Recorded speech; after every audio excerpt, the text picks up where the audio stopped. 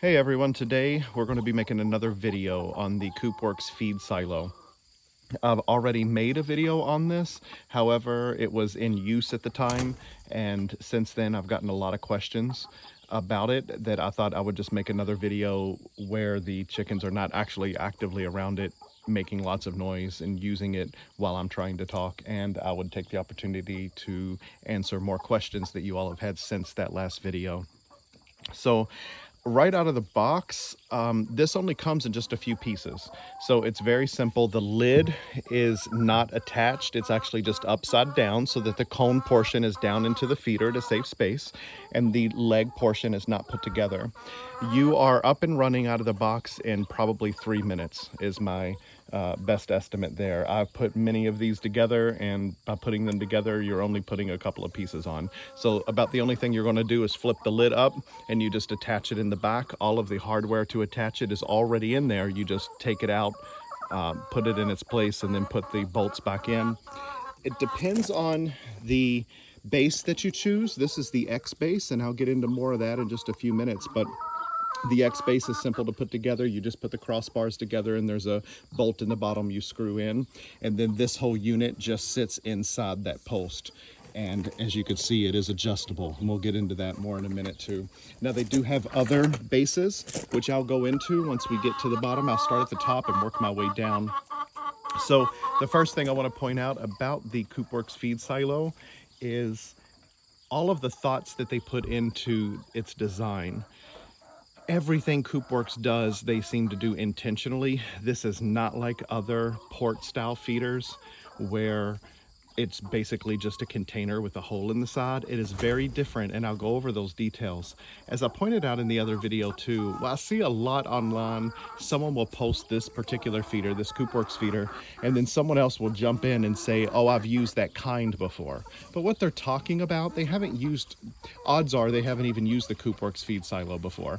They probably used another port style gravity fed feeder. And they are not all made equal, and that's what I want to reveal to you in today's video. So you want to start at the top. Like I said, everything is well designed with intention. The top is a cone shape. The chickens will slide right off here if they try to roost. So that helps to keep the entire thing cleaner. You're not going to have chicken poo all over it like you do the other style feeders that do not have an anti-roost top.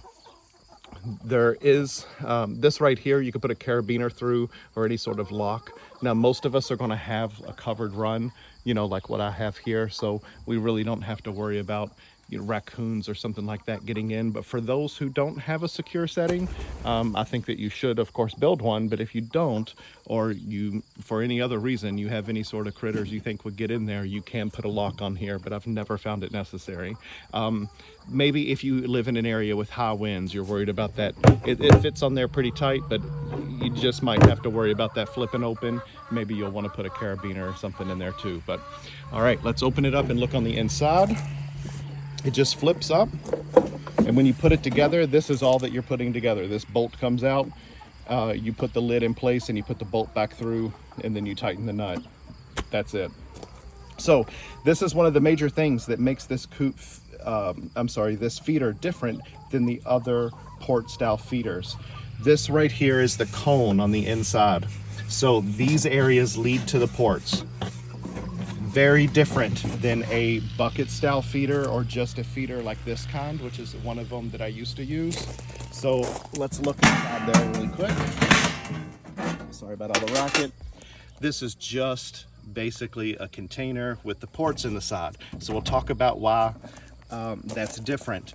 In this style of feeder, just like you would a standard bucket, you're going to have dead spaces. The chickens cannot reach feed that's here, like this, all the corners and in the middle and in the dead center. They just simply can't reach the feed, and the gravity is pushing that feed down, but you're still going to have these dead zones. In the Coopworx feeder, you do not have any dead zones, and it is because they have designed it accordingly.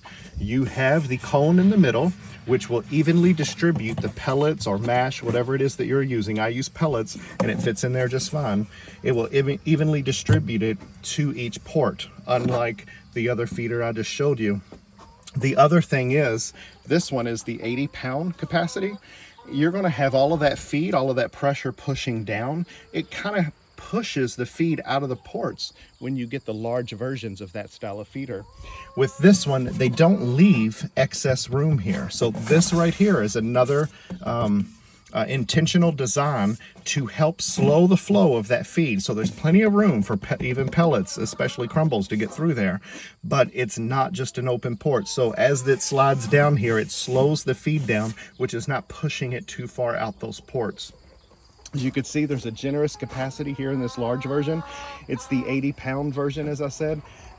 To me, it was a no-brainer. I like to maintenance things as least as possible, so the less I have to fill it up, the more time I save, and time is money. So, and it only cost a little bit more to go from the 40-pound to the 80-pound. Like, it was just a better investment, which is why I chose that. All right, and then if we come down here, you will see just a really quick thing. Water, as it slides off of here, it will channel away from the ports. Unlike that style of feeder, when water is hitting the side of it, it is channeling it all around the ports. Now, as you can see, most of those port style feeders have a port on the outside with a lip over the top. However, this one went an extra step. The Coopworx went an extra step, and anything that is running off of here is going to be on the outside. So the drip edge is outside of the ports themselves. And then any rain that's coming in at an angle is going to get channeled away from the port itself. So this sticks out farther than the port. So the other thing, once you get closer, and again, people always say, I've used that kind before, but again, it's in the design. When you look inside here, and I'll show you that other one to compare, but when you look inside here, you're going to see a lip right here. And the chickens, due to the way, now, I don't know if you can see it in the camera, but this is that black section on the inside I was showing you that I said slows the feed down. It also keeps it from falling literally right here at the edge of the hole. So that is keeping the feed from coming to the edge. When you look at this style, that's not what's happening. The feed's going to go right here, and then the chickens are going to have access to the feed literally right there. So all the way up against that edge. This is part of the no spill design. So it starts on the inside that you can't even see, and then with this extra lip here, it really ensures that they're not spilling anything, because the chicken has to stick its head inside the hole but then down to get the feed. Unlike that style of feeder, they're just sticking their head just inside the hole. So chickens naturally, they take their heads and they go, their beaks, and they go back and forth, and they dig through, they like to rummage through things. And they're also looking for their favorite bits. That's just their instinct, that's what they're gonna do. So they naturally spill things. But with this design, because they have to get their head in it and then down, when they start to splash around in there, that feed doesn't come out. There's actually a lip here that anything that they're pulling is going to get caught on that lip. So I have not had any spills since I got the Coopworx feeder. Now, the height is absolutely crucial to take advantage of that spill-proof design. You want the height of this. Now, this is fully adjustable no matter which style of base you get into, which again, I'll talk about more in a minute, but it's fully adjustable. But you want the height to be, you want the port to be at the height of the chicken's head at a full stand, so that they have to stretch their necks up a little bit to get in here and then down, which if you watch my other video, you will see that I have it set at the correct height, and you will see that the chickens are stretching to get up in there, and then they have to reach down. So you'll see a good example of that in my other video, so check that out. So that right there will eliminate your spills that you have all over the place. So the spills not only waste, because even though they might clean up some of it, they scratch a lot of it right into the soil, and then that's going to attract mice and rodents at night. The other thing about this that made this a no-brainer for me, it has paid for itself already. And I know these things are expensive. You do get what you pay for. It is not, like I said, this kind, it's like a bucket with a hole in the side. It's not the same thing. You're going to find a lot of port-style gravity-fed feeders a lot cheaper. This one, you're getting what you pay for. So this one is rodent proof. In my opinion, it is fully rodent proof. Coopworx says that it is rodent resistant. I think they're trying to shy away from the liability of saying proof. But as far as mice go, I had a huge problem with mice. I was feeding an entire colony that was digging tunnels underneath my feeders at night, and there was nothing keeping them out of there. I was having to go out there every single night and block off the ports, try to remove the feed, and then what would happen is it would stress me out because, you know, nighttime would come, I was busy, and I would get out there too late. I would go out there, I would open the lid, and mice would go running everywhere. It was just not worth it. And I realized how much I was losing. Once I got the Coopworx feeder and the mice could no longer get in there, I have had a severe reduction in feed cost. I mean, it's massive. That's why I said this thing has already paid for itself with me. That's why I'm such a fan. That's why I dove so much into the Coopworx, because as soon as I tried it, it was just a complete game changer for me. If you know anything about me, you know I am all about efficiency, and my time is valuable to me. I don't want to waste time on things. I don't want to have to tinker with something to make it work, and I certainly don't want to waste my money by feeding that entire field over there, all of the thousands of mice that probably live out there. I don't need to be feeding them every night. So the way that this is mouse proof, in my opinion, I will do my best to explain it. You have 3 different kinds of bases you can choose from. One of them is 4 adjustable legs, and those legs go in this section right here, and that you'll find in every one of them. The leg attaches here and they come out through here. So there's 4 of them. It is fully adjustable. They are nice and stable, but that one is the least mouse proof in my opinion. And the reason why is because the mouse could come up the leg and jump from the leg over to the port. There are 2 other bases that you can get that are mouse proof in my opinion, and that one is the one you see here, which is the X base, and that's why they call it an X. It just looks like an X. It is stable. Now I've got it on gravel, but as you can see, I'm really rocking it here and the base really isn't jumping around. So as long as you have flat ground, you'll probably be okay with this. They did put a hole at the end, so if you wanted to stake those down, you're welcome to, or you have the ability to. I don't, because where I have mine, as you can see, it's up against the side of the shed here, and I guess we do get high winds sometimes, but just not enough that it has ever been a problem, so I've never had to stake it down. But you do have that option if you want to. And then the other base is a spike base. So it is just like this, where you have the single post, but it is a solid big spike that goes into the ground.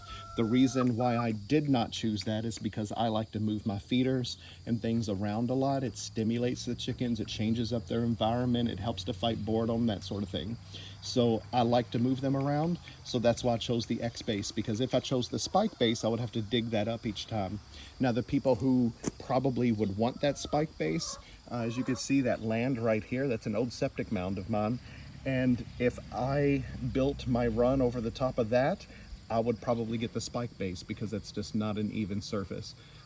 If you live in an area with really high winds, that spike base may be good, or if you think you're never going to move it, it'll be nice and solid for you. But those are the reasons why I chose the X base. So the spike base and the X base are mouse proof for the following reasons. It has this single post here. So a mouse cannot jump from the ground all the way up here.